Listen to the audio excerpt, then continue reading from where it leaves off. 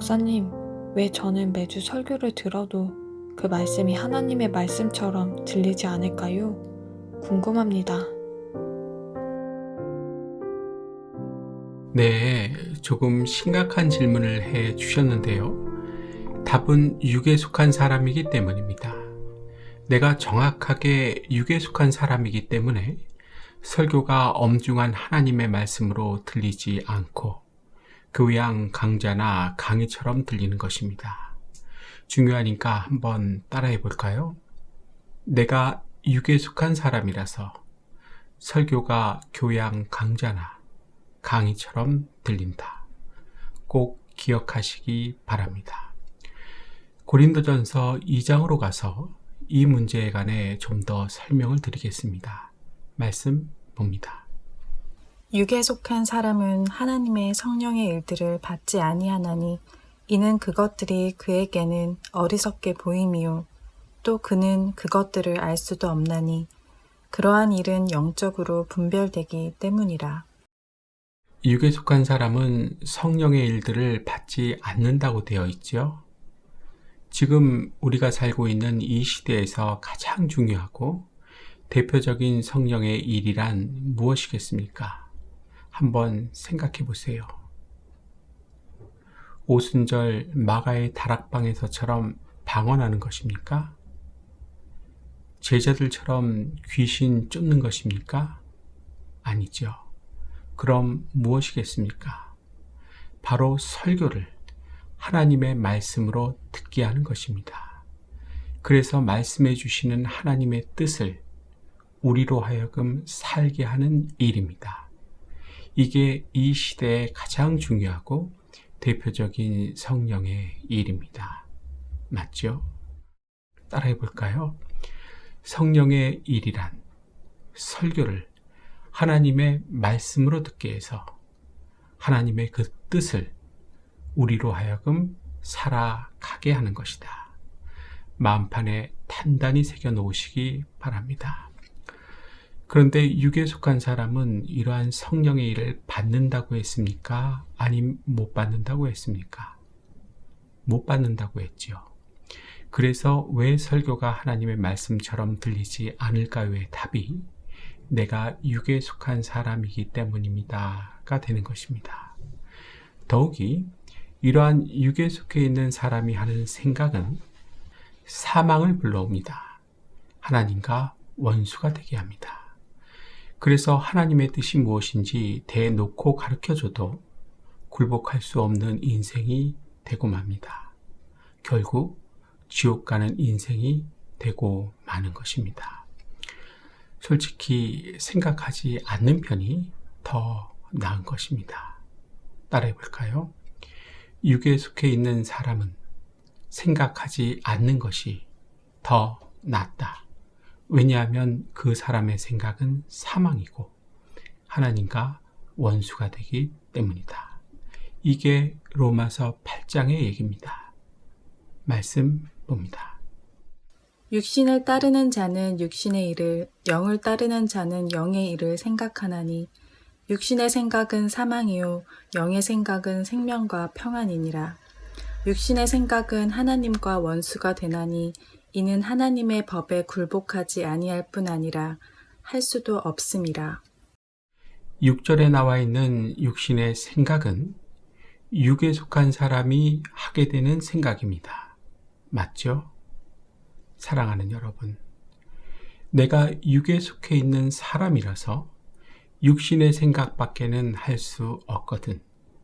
생각하지 마시고 순종하시기 바랍니다.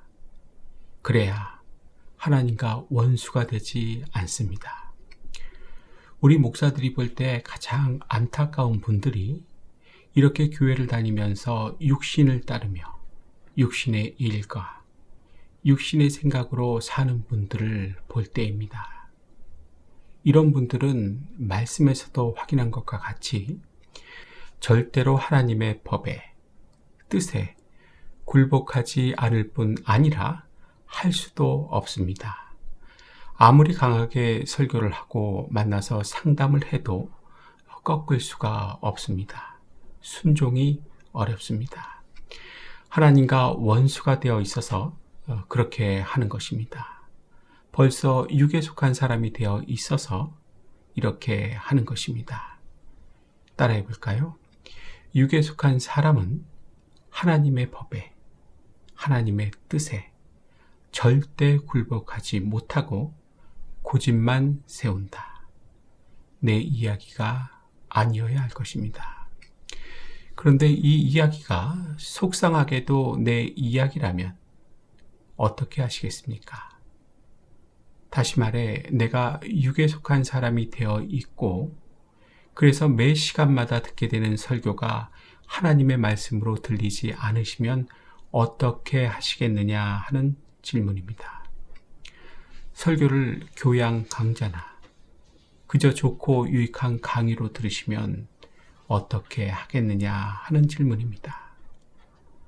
평생을 살아오시면서 설교를 이런 식으로 들으시는 분들 참으로 많습니다.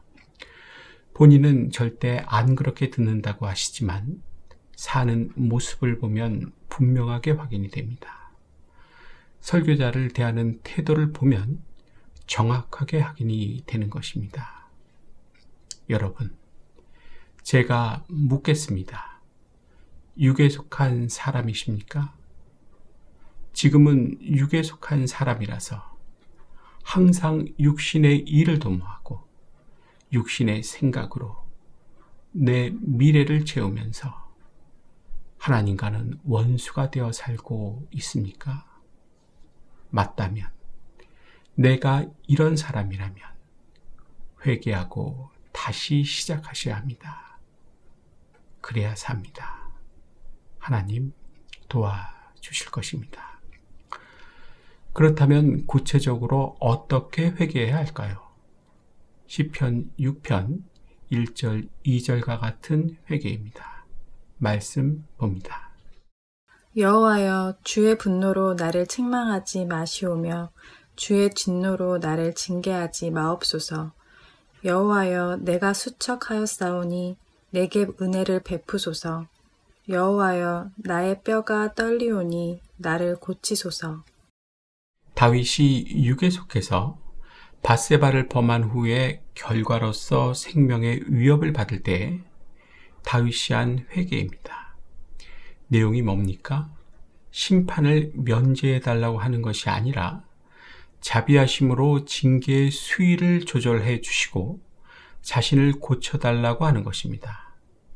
탄식과 푸념에서 끝나버리는 것이 아닌 양심과 의지를 동반한 용서해주고 싶은 회개입니다. 이런 회개를 하라는 것입니다. 큰 소리로 따라해 볼까요? 회개를 하려면 탄식과 푸념이 아닌 양심과 의지를 동반한 용서해주고 싶은 회개를 하라. 이렇게 회개한 후에는 잘 들어주세요. 중요합니다. 디모데전서 4장에서 기록되어 있는 명령을 전적으로 확실하게 지켜야 합니다. 7절, 8절입니다. 망령되고 허탄한 신화를 버리고 경건에 이르도록 내 자신을 연단하라. 육체의 연단은 약간의 유익이 있으나 경건은 범사에 유익하니 금생과 내생에 약속이 있느니라. 어떠한 명령입니까? 망령되고 허탄한 신화를 버리고 경건에 이르도록 내 자신을 연단하라는 명령입니다. 사실은 두 가지 명령이 들어있는 명령입니다. 첫 번째 명령은 망령되고 허탄한 신화를 버리라는 명령입니다. 두 번째 명령은 경건에 이르도록 내 자신을 연단하라.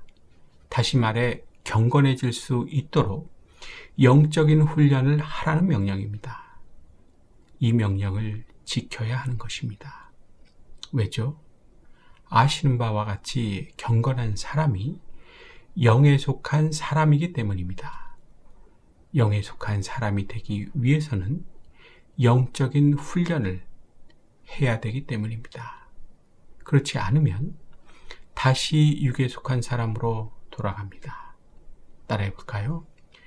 영에 속한 사람이 되기 위해서는 영적인 훈련을 해야 한다. 그러니까 영에 속한 사람은 경건해지기 위한 영적인 훈련을 통해서 되는 것입니다.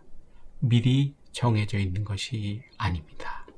나도 얼마든지 될 수가 있는 것입니다. 이제부터는 망령되고 허탄한 신화를 버리십시오. 경건해지실 수 있도록 영적인 훈련을 하십시오. 그래서 육에 속한 사람이 되지 않고 경건한 사람, 즉 영에 속한 사람이 다 되십시오. 우리 하나님께서 도와주실 것입니다. 이때 주의하셔야 할 것 한 가지만 더 말씀을 드리고 정리하도록 하겠습니다. 주의하셔야 할 것은 영적인 훈련은 아주 열심히 목숨 걸고 하셔야 한다는 것입니다. 영적으로 게을러지기 시작하면 삽시간에 나의 영혼에는 새까만 진드기가 끼기 시작합니다. 진물이 흐르게 됩니다. 고약한 냄새를 풍기며 썩게 됩니다. 이렇게 되면 영적인 훈련은 아예 하지 못하게 됩니다. 그런 사람 있죠? 영적인 훈련을 하지 못하는 사람, 경건한 사람, 영에 속한 사람은 아무리 바라고 원해도 될 수가 없는 것입니다. 영적 게으름이 나의 습성이 되지 못하게 해야 할 것입니다. 이제 정리를 해 봅니다. 질문이 뭐였습니까? 왜 설교가 하나님의 말씀처럼 들리지 않을까요? 하는 질문이었습니다. 답은요, 육에 속한 사람이기 때문입니다. 라고 말씀을 드렸습니다. 그러면서 네 파트로 나눠 말씀을 드렸습니다. 첫 번째 파트는 성령의 일, 두 번째 파트는 하나님의 원수, 세 번째 파트는 설교는 교양 강좌나 강의가 아니다. 네 번째 파트는 해결책이었습니다. 다 잘 생각나시죠? 요즘은 기분이 태도가 되어서 살아가시는 분들 참으로 많이 있으신 것 같습니다. 기분이 태도가 되고 그 태도가 모아져서 삶이 되시는 분들, 기분 내키시는 대로 말하고 결정하고 생각하시며 사시는 분들, 육에 속한 사람이라서 이렇게 하는 것입니다. 설교를 하나님의 말씀으로 들을 수도 없는 것입니다. 설교는 가장 중요하고 가장 대표적이며 가장 강력한 성령님의 사역입니다. 더 이상 육에 속한 채로 설교를 들으시지 마시기 바랍니다.